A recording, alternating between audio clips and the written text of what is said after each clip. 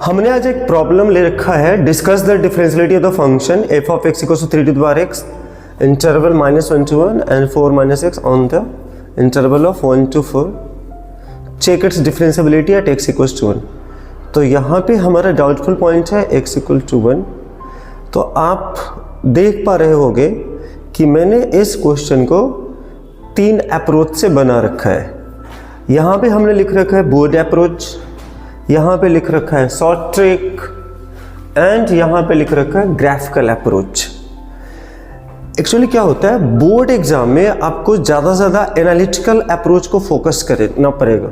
जैसे मैंने यहाँ पे बोर्ड अप्रोच लिखा है, वही मीन्स एनालिटिकल अप्रोच। जैसे इसका अगर डिफरेंशियलिटी हमें 1 पे चेक करना है तो हमने डेफिनेशन लगाया लेफ्ट हैंड डेरिवेटिव का, limit is tends to 0 f of 1 - h minus f of 1 by -h। और हमारे पास एक फार्मूला होता है लिमिट्स का, limits x tends to 0 a to the power x - 1 by x log a base e। फिर हमने right hand derivative यहाँ पे निकाला है तो हमारा वैल्यू आ गया -1। तो here left hand derivative not equal to right hand derivative, that's why you can say function is not differentiable. तो ये हमारा बोर्ड अप्रोच हो गया। अगर मैं इसको ग्राफिकल अप्रोच से करने जाऊँ तो मैंने 3 to the power x का ग्राफ ड्रॉ किया on the interval of -1 to 1 and फिर 4 - x का ग्राफ ड्रॉ किया on the interval of 1 to 4। तो हमारा यहाँ पे डाउटफुल पॉइंट जो है x इक्वल टू 1 ने, तो 1 पे हमने यहाँ पे लिख रखा है शार्प पॉइंट। शार्प पॉइंट वो पॉइंट होता है जहाँ पे टेंजेंट का नेचर यूनिक नहीं होता है।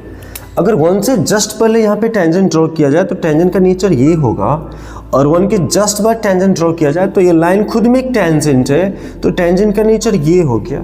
आप देख पा रहे हो कि ये जो है एक्यूट एंगल बना रहा है ये लाइन, एंड ये ऑब्ट्यूज एंगल बना रहा है। तो ऑब्वियसली 1 पे टेंजेंट का नेचर यूनिक नहीं है, that's why x equals to 1 is the sharp point and due to sharp point function is not differentiable at x equal to 1।